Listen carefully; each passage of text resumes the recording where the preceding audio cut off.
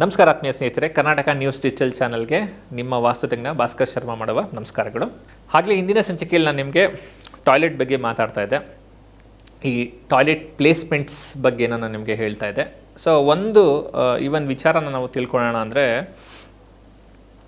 First ಮನೆ ಯಾವ ರೀತಿ ಇರ್ತಾಯಿತ್ತು ಅಂದರೆ ತೊಟ್ಟಿ ಮನೆಗಳಿರ್ತಾಯಿತ್ತು. ಪ್ರೀವಿಯಸ್ ಆಗಿ ನಾವು ಲೆಕ್ಕ ತೊಗೊಂಡ್ರೆ ಮನೆ ಹತ್ತಿರ ಯಾವುದೇ ರೀತಿ ನಾವು ಶೌಚಾಲಯ ಇರ್ತಾನೆ ಇರಲಿಲ್ಲ. ಮನೆಯಿಂದ ಹೊರಗಡೆ ಹಿಂದಿನ ಕಾಲದಲ್ಲಿ ಮನೆ ಹತ್ರ ಟಾಯ್ಲೆಟ್ಸ್ ಇರ್ತಾರಲ್ಲ, ಕೆರೆ ಕಟ್ಟೆಗಳ ಹತ್ರ ಹೋಗಿ ಅವರೊಂದು ಮುಗಿಸ್ಕೊಂಡು ನಿತ್ಯ ಕ್ರಿಯೆನ ಮುಗಿಸ್ಕೊಂಡು ಬೆಳಗ್ಗೆ ಎದ್ದು ಸೂರ್ಯ ಉದಯಕ್ಕಿಂತ ಮುಂಚೆ ಹೋಗಿ ಮುಗಿಸ್ಕೊಂಡು ಮನೆ ಹತ್ರ ಬರ್ತಾಯಿದ್ರು. ಸೊ ಈಗೇನಾಯಿತು, especially safety purpose, security purpose ಅಂದ್ಬಿಟ್ಟು ರಾತ್ರಿ ಎದ್ದು ಈಚೆ ಕಡೆ ಒಂದು ಕೆರೆ ಹತ್ರ ಹೋಗೋಕ್ಕಾಗಲ್ಲ ಅಂದ್ಬಿಟ್ಟು ಮನೆ ಹತ್ತಿರಕ್ಕೆ ಒಂದು ಟಾಯ್ಲೆಟ್ ಬಂತು. ಹೇಗೆಂದರೆ ಮನೆ ಏನಿದೆ, ಮನೆಯ ಒಂದು 5 ಮೀಟರ್ ದೂರದಲ್ಲೋ, ಒಂದು 2 ಮೀಟರ್ ದೂರದಲ್ಲೋ, 1 ಮೀಟರ್ ದೂರದಲ್ಲೋ, ಒಂದು 20 ಅಡಿ 30 ಅಡಿ ದೂರದಲ್ಲೋ ಸ್ವಲ್ಪ ದೂರದಲ್ಲಿ ಶೌಚಾಲಯನ ಕಟ್ಟುವಂಥ ಪದ್ಧತಿ ಬಂತು. ಸೊ ಆ ಶೌಚಾಲಯ ಕಟ್ಟುವಂಥ ಪದ್ಧತಿ ಬಂದಾಗ ಫಸ್ಟ್ ಏನಾಗ್ತಿತ್ತು, ಶೌಚಾಲಯ ಮತ್ತು ಸ್ನಾನದ ಗೃಹ ಎರಡು ಹೊರಗೆ ಇರ್ತಾಯಿತ್ತು. ಸ್ವಲ್ಪ ದಿನ ಆದಮೇಲೆ ಸ್ನಾನದ ಗೃಹ ಮನೆ ಒಳಗೆ ಬಂತು, ಶೌಚಾಲಯ ಮಾತ್ರ ಹೊರಗಡೆ ಇತ್ತು. ಅದಾದಮೇಲೆ ಶೌಚಾಲಯ ಕಾಂಪೌಂಡ್ ಒಳಗೆ ಬಂತು, ಮನೆ ಒಳಗಡೆ ಬಂದಿರಲಿಲ್ಲ, ಸ್ನಾನದ ಗೃಹ ಮಾತ್ರ ಇರ್ತಾಯಿತ್ತು. ಅದಾದಮೇಲೆ ಮನುಷ್ಯನಿಗೆ ಮಂಡಿ ನೋವು ಬರೋಕ್ಕೆ ಸ್ಟಾರ್ಟ್ ಆಯಿತು, ಕಾಲು ನೋವು ಬರೋಕ್ಕೆ ಸ್ಟಾರ್ಟ್ ಆಯಿತು. ಹಿಂದೆ ರಾತ್ರಿ ಹೊತ್ತೆಲ್ಲ ಎದ್ದು ಹೋಗೋಕ್ಕಾಗಲ್ಲ ಟಾಯ್ಲೆಟ್ಗೆ ಅಂತ ಬಂದು ಶೌಚಾಲಯ ಮತ್ತು ಬಾತ್ರೂಮು ಎರಡು ಪಕ್ಕ ಬಂತು. ಓಕೆ, ಇನ್ನೂ ಸ್ವಲ್ಪ ದಿನ ಆದಮೇಲೆ ಜಾಗ ಸಾಕಾಗ್ತಾಯಿಲ್ಲ ಅಂದ್ಬಿಟ್ಟು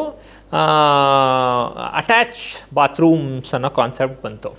ಓಕೆ, ಸೊ ಈ ಅಟ್ಯಾಚ್ ಬಾತ್ರೂಮ್ ಅನ್ನೋದು ಮನೆಗೊಂದು ಬಾತ್ರೂಮ್ ಅನ್ನೋ ಕಾನ್ಸೆಪ್ಟ್ ಬಂತು.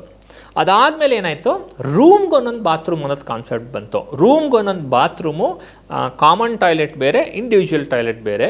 ಸೊ ಈಗ ಶೇರ್ಡ್ ಟಾಯ್ಲೆಟ್ ಯಾರು ಯೂಸ್ ಮಾಡಲ್ಲ, ಅಕ್ಸೆಪ್ಟ್ ಮಾಡಲ್ಲ ಅಂತ ಈಚ್ ಟಾಯ್ಲೆಟ್ಸ್ಗಳು ಸಪ್ರೇಟ್ ಆಗ್ತಾ ಬರ್ತಾಯಿತ್ತು.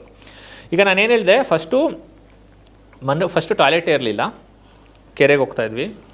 ಎರಡನೇದು ಮನೆಯ ಹೊರಗಡೆಗೆ ಟಾಯ್ಲೆಟ್ ಬಂತು, ಆಮೇಲೆ ಒಳಗೆ ಬಂತು, ಆಮೇಲೆ 1 ಆಯಿತು, 2 ಆಯಿತು, 3 ಆಯಿತು, 4 ಆಯಿತು ಟಾಯ್ಲೆಟ್ಗಳು ಮನೆ ಒಳಗಡೆ. ಇದಾದಾಗಲಿಂದ ನಮ್ಮ ಮನುಷ್ಯನ ಒಂದು ಭಾವನೆಗಳಲ್ಲಿ ಏನು ವ್ಯತ್ಯಾಸ ಆಯಿತು, ಮನುಷ್ಯನ ಒಂದು ಪ್ರಕ್ರಿಯೆಗಳಲ್ಲಿ ಏನು ವ್ಯತ್ಯಾಸ ಆಯಿತು. ಯಾವಾಗ ಟಾಯ್ಲೆಟ್ಟು ಮನೇಲಿ ಇರಲಿಲ್ವಾ, ಮನೇಲಿ 30 ಜನ, 40 ಜನ, 50 ಜನ, 100 ಜನ ಇರ್ತಾಯಿದ್ರು, ಒಟ್ಟು ಕುಟುಂಬ.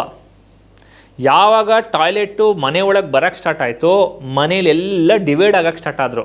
ಸೊ ನೀವು ಅರ್ಥ ಮಾಡ್ಕೊಳ್ಳಿ, ಯಾವಾಗ ಒಂದೇ ಒಂದು ಪ್ರಕ್ರಿಯೆ ಮಾಡೋವಂಥ, ನಾವು ಪ್ರತಿದಿನ ಪ್ರಕ್ರಿಯೆ ಮಾಡೋವಂಥ ಸ್ಥಳ ನಾವು ಮನೆ ಒಳಗೆ ತಂದಾಗ ನಮ್ಮ ಭಾವನೆಗಳ ಮೇಲೆ ಯಾವ ರೀತಿ ಪರಿಣಾಮ ಬೀರುತ್ತೆ ಅದಕ್ಕೆ ಹೇಳ್ತೀವಿ, when toilets are detached, families are attached. When families are detached, toilets are attached ಅಂತ. ಸೊ ಒಬ್ಬೊಬ್ಬರು ಒಂದೊಂದು ಟಾಯ್ಲೆಟ್, ಇಂಡಿವಿಜುವಲ್ ಟಾಯ್ಲೆಟ್, ಒಂದೊಂದು ರೂಮಲ್ಲೇ ಒಂದೊಂದು ಟಾಯ್ಲೆಟ್ ಇರೋದ್ರಿಂದ ಏನಾಗ್ತಿದೆ, ನೆಗೆಟಿವ್ ಪಾಯಿಂಟ್ಸ್ಗಳು ಅವ್ರ ರೂಮಲ್ಲೇ ನೀವು ಒಂದೇ ಅಲ್ಲಿ ಪಾಸಿಟಿವ್ ಮಾಡಿರ್ತೀವಿ, ಅಲ್ಲೊಂದು ನೆಗೆಟಿವ್ ಪಾಯಿಂಟ್ ಸೃಷ್ಟಿ ಮಾಡ್ತಾ ಹೋಗ್ತಾ ಇರ್ತೀರ. ಸೊ ಈಗಿನ ಒಂದು ಆರ್ಕಿಟೆಕ್ಚರಲ್ ವರ್ಲ್ಡ್ 21st ಸೆಂಚುರಿಲಿ ಕೆಲವು ಚೇಂಜಸ್ಗಳು ಮಾರ್ಪಾಡು ಮಾಡ್ಕೊಂಡಿದ್ದೀವಿ. ಸೊ ಎಲ್ಲರೂ ಮಾಡ್ಕೋತಾರೆ ಅಂತ ಮಾಡ್ಕೊಂಡಿದ್ದೀವಿ. ನೆಕ್ಸ್ಟಿನ ಹಂತದಲ್ಲಿ ನೆಕ್ಸ್ಟ್ ಹಂತಗಳಲ್ಲಿ ನಾನು ಈಗ ಓಪನ್ ಕಿಚನ್ ಕಾನ್ಸೆಪ್ಟ್ ಸರಿನಾ, ಕ್ಲೋಸ್ಡ್ ಕಿಚನ್ ಕಾನ್ಸೆಪ್ಟ್ ಸರಿನಾ, ವಾಸ್ತುಶಾಸ್ತ್ರ ಏನು ಹೇಳುತ್ತೆ ಅದ್ರ ಬಗ್ಗೆನೂ ನಾನು ನಿಮಗೆ ಮಾತಾಡಿಸ್ತೀನಿ. ಸೊ ಅದೇ ರೀತಿ ಈ ಟಾಯ್ಲೆಟ್ಸ್ಗಳಿಗೆ ಒಂದು ಹೆಚ್ಚಿನ ಒಂದು ಪ್ರಾಮುಖ್ಯತೆ ನಾವು ಕೊಡ್ತಾ ಬಂದ್ವಿ. ಓಕೆ, ಟಾಯ್ಲೆಟಿಂದ ಹೆಚ್ಚು ನೆಗೆಟಿವಿಟಿ ಬರುತ್ತೆ, ಆ ನೆಗೆಟಿವ್ ಎನರ್ಜಿನ ನಾವು ನಲ್ಲಿಫೈ ಮಾಡ್ಕೋಬೇಕಾಗತ್ತೆ.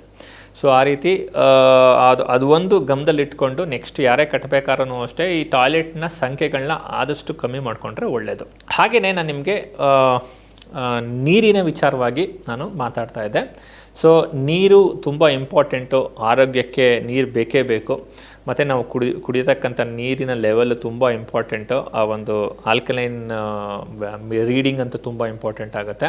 ಮತ್ತು ಆ್ಯಂಟಿ ಆಕ್ಸಿಡೆಂಟ್ ಇದೆಯಾ, ಮತ್ತು pH ಲೆವೆಲ್ ಕರೆಕ್ಟಾಗಿದೆಯಾ, ಇದನ್ನು ನಾವು TDS ಲೆವೆಲ್ ಹೇಗಿದೆ ಅನ್ನೋದನ್ನು ನಾವು ಚೆಕ್ ಮಾಡ್ಕೊಂಡು ನೀರು ಕುಡಿಬೇಕಾಗತ್ತೆ. ನನಗೆ ಇವತ್ತಿನ ನಮ್ಮ ಯಾರೊಬ್ಬರು ನನಗೆ ಪರಿಚಯ ಇರ್ತಕ್ಕಂಥವ್ರು ವ್ಯಕ್ತಿ ಅವರ ಹಳೆಯ ಒಂದು ಇತಿಹಾಸನ ಹೇಳ್ತಾಯಿದ್ರು. ಆ ಹೇಳಿದಾಗ ಏನಾಯಿತು, ನಿಮ್ಮ ಫೇಲ್ಯೂರ್ಗೆ ಏನು ಕಾರಣ ಅಂತ ಕೇಳಿದೆ. ಏನಕ್ಕೆ ನೀವು ಅಷ್ಟು ಬುದ್ಧಿವಂತರಾಗಿರ್ತೀರಿ, ಅಷ್ಟು ಬುದ್ಧಿವಂತರು ಪ್ಲಸ್ ಶ್ರೀಮಂತರಾಗಿದ್ರಿ, ಹಣವಂತರಾಗಿದ್ರಿ, ಬಿಸ್ನೆಸ್ಗಳೆಲ್ಲ ಚೆನ್ನಾಗಿ ಮಾಡ್ತಾಯಿದ್ರಿ, ಯಾಕೆ ನೀವು ಈ ರೀತಿ ಆಗಿದೆ ಒಂದೇ ಒಂದು ತಪ್ಪು ನಿರ್ಧಾರಗಳು. ಸೊ ಏಕೆಂದರೆ ಇದು ಪ್ರಾಕ್ಟಿಕಲಿ ಅನುಭವಿಸಿರ್ತಕ್ಕಂಥ ಒಂದು ನಿರ್ಧಾರಗಳು. ಒಂದು ಆಫೀಸ್ ಮಾಡಿದ್ರು, ತುಂಬ ಚೆನ್ನಾಗಿ ಬಿಸ್ನೆಸ್ ಆಗ್ತಿತ್ತು, ಅವರು ಆ ಸಂದರ್ಭದಲ್ಲಿ ದುಡ್ಡಿರ್ತಾಯಿತ್ತು, ನಾವು ಕಷ್ಟಪಟ್ಟು ದುಡ್ಡಿದ್ರೆ ಸಾಕು ಎಲ್ಲ ಸಿಗುತ್ತೆ, ನಮ್ಗೆ ಏನು ವಾಸ್ತು ಗೀಸು ಯಾವುದು ಬೇಡ, ನಮಗೇನು ಅವಶ್ಯಕತೆ ಇಲ್ಲ ಅಂತ ಇರ್ತಕ್ಕಂಥ ವ್ಯಕ್ತಿ ಆ ಒಂದು ಆಫೀಸ್ನಲ್ಲಿ ಒಂದು ಮಾರ್ಪಾಡು ಮಾಡಿದ್ರು. ಏನು ಮಾರ್ಪಾಡು ಮಾಡಿದ್ರು ಅಂದರೆ ಒಂದು ನಾರ್ತ್ ಈಸ್ಟಲ್ಲಿ ಒಂದು ಟಾಯ್ಲೆಟ್ನ ನಿರ್ಮಾಣ ಮಾಡಿದ್ರು. ಸೊ ಯಾವಾಗ ಈ ನಾರ್ತ್ ಈಸ್ಟಲ್ಲಿ ಟಾಯ್ಲೆಟ್ನ ನಿರ್ಮಾಣ ಮಾಡೋಕ್ಕೆ ಸ್ಟಾರ್ಟ್ ಮಾಡಿದ್ರು, ಅಲ್ಲಿಂದ ಅವರು ಅವನತಿ ಹೊಂತಾ ಬಂದರು. ಅದೇ ರೀತಿ ಹಲವಾರು ಒಂದು ಮಿಸ್ಟೇಕ್ಸ್ಗಳನ್ನ ಏನೇನು ಮಾಡಿದ್ರು ಅಂತೆಲ್ಲ ನಾನು ಕೂಲಂಕುಷವಾಗಿ ಮುಂದಿನ ಸಂಚಿಕೆಯಲ್ಲಿ ತಿಳಿಸ್ಕೊಡ್ತೀನಿ. ಸೊ ಅಲ್ಲಿಂದ ಅವರು ಏಟ್ ಬಿದ್ದಿದ್ದ ವ್ಯಕ್ತಿ ಎಷ್ಟೋ ವರ್ಷ ನಂತರ ಆದ್ರೂ ಅವ್ರಿಗೆ ಮೇಲಿಡೋಕ್ಕಾಗ್ತಾಯಿಲ್ಲ. ಒಂದೇ ಒಂದು ತಪ್ಪು ನಿರ್ಧಾರ ಯಾವಾಗಲೂ ಮಾಡಿರ್ತೀವಿ. ಲೈಫ್ನ ರಿಸ್ಕ್ ತೊಗೋಬೇಡಿ. ನಮ್ಮ ಶಾಸ್ತ್ರಗಳಲ್ಲಿ ಉಲ್ಲೇಖ ಆಗಿರೋದು ನಮ್ಮ ಒಳ್ಳೆಯದಕ್ಕೆ ಹೊರತು ಸೊ ದುಡ್ಡು ಮಾಡೋಕ್ಕೆ ಏನೋ ಹೇಳ್ತಾರೆ, ಏನೇಂದ್ರ ಮಾಡೋಕ್ಕೆ. ಸೊ ಇದು ಏನಂದರೆ ವಾಸ್ತು ಕನ್ಸಲ್ಟೇಷನ್ ಅಂದರೆ ಇದೊಂದು ಪ್ರೊಫೆಷನಲ್ ಫೀಲ್ಡ್, ಅಂದರೆ ಇದು ಎನರ್ಜಿ ಮ್ಯಾನೇಜ್ಮೆಂಟ್ ಅಂತ ಹೇಳ್ತೀವಿ. ನೀವು ಮನೆ ಕಟ್ಟಬೇಕಾದ್ರೆ ಹೇಗೆ ಒಬ್ಬ ಸಿವಿಲ್ ಇಂಜಿನಿಯರ್ನ ಗುರ್ತು ಮಾಡ್ತೀರಾ, ಮತ್ತು ಒಬ್ಬ ಎಲೆಕ್ಟ್ರಿಕಲ್ ಕಾಂಟ್ರಾಕ್ಟ್ನ ಗುರ್ತು ಮಾಡ್ತೀರಾ, ಹಾಗೆ ಸ್ಟ್ರಕ್ಚರಲ್ ಇಂಜಿನಿಯರ್ ಗುರ್ತು ಮಾಡ್ತೀರಾ. ಅವರು ಇಷ್ಟು ವೆಯ್ಟ್ ಹಾಕಿದ್ರೆ ಮನೆಗೆ ಈ ರೀತಿ ಎನರ್ಜಿ ಬರುತ್ತೆ, ಈ ರೀತಿ ಒಂದು ವೆಯ್ಟ್ ಮ್ಯಾನೇಜ್ಮೆಂಟ್ ಕರೆಕ್ಟ್ ಆಗುತ್ತೆ ಅಂದರೆ ಶಕ್ತಿಯುತವಾಗಿ ಮಾಡಲಿಕ್ಕೆ ಅವ್ರು ಸಹಾಯ ಮಾಡ್ತಾರೆ, ಸುಂದರವಾಗಿ ಮಾಡಲಿಕ್ಕೆ ಅವ್ರು ಸಹಾಯ ಮಾಡ್ತಾರೆ. ನಾವೇನು ಮಾಡ್ತೀವಿ, ಮನೆಯ ವಾತಾವರಣ ಒಂದು ಪಾಸಿಟಿವ್ ಆಗಲಿಕ್ಕೆ ನಾನು ಎಲ್ಲರಿಗೂ ಹೇಳೋದು ಇದೇ ಮಾತು, ಏನಂದರೆ ನಿಮ್ಮದು ಇದು ಪ್ರಥಮ ಮನೆ ಆಗಿರಬೇಕೇ ಹೊರತು ಇದು ನಿಮ್ಮ ಕಡೆಯ ಮನೆ ಆಗಿರಬಾರ್ದು. ನಿಮ್ಮ ಪ್ರಥಮನ ಮನೆ ಆಗಿರಬೇಕು ಅಂದರೆ ಈ ಒಂದು ಬೇಸಿಕ್ ನೇಚರ್ ಪ್ರಿನ್ಸಿಪಲ್ಸ್ನ ಫಾಲೋ ಮಾಡಿ ಅಂತ ಹೇಳ್ತೀವಿ. ಸೊ ಮುಂದಿನ ಒಂದು ಸಂಚಿಕೆಯಲ್ಲಿ ನಾನು ಈ ನೀರಿಗೆ ಏನು ಹಾಕಬೇಕು, ಏನು ಹಾಕ್ಬೋದು, ಸೊ ಆ ನೀರಿಗೆ ಹಾಕಿ ನಿಜವಾಗ್ಲೂ ನಮ್ಮ ಮನೆ ಮೇಲೆ ಕೆಲಸ ಮಾಡುತ್ತಾ, ನಿಜವಾಗ್ಲೂ ನಮ್ಮ ಮನೇಲಿ ಪಾಸಿಟಿವ್ ಎನರ್ಜಿ ಬರುತ್ತಾ, ಅದಕ್ಕೆ ಸಾಕ್ಷಿ ಏನು ಅಂತ ಕೇಳಿದಾಗ ಅದೆಲ್ಲ ವಿಚಾರಗಳನ್ನ ಹೊತ್ತು ತರುವಂಥ ಮತ್ತೊಂದು ಸಂಚಿಕೆಯನ್ನು ನಾನು ನಿಮಗೆ ತಿಳಿಸ್ಕೊಡ್ತೀನಿ. ಇಷ್ಟೊತ್ತು ನೋಡಿದ್ದಕ್ಕೆ, ಈ ಒಂದು ವಿಚಾರನ ತಿಳ್ಕೊಂಡಿದ್ದಕ್ಕೆ ಖಂಡಿತವಾಗ್ಲೂ ನನ್ನ ಹೃದಯಪೂರ್ವಕ ಧನ್ಯವಾದಗಳು.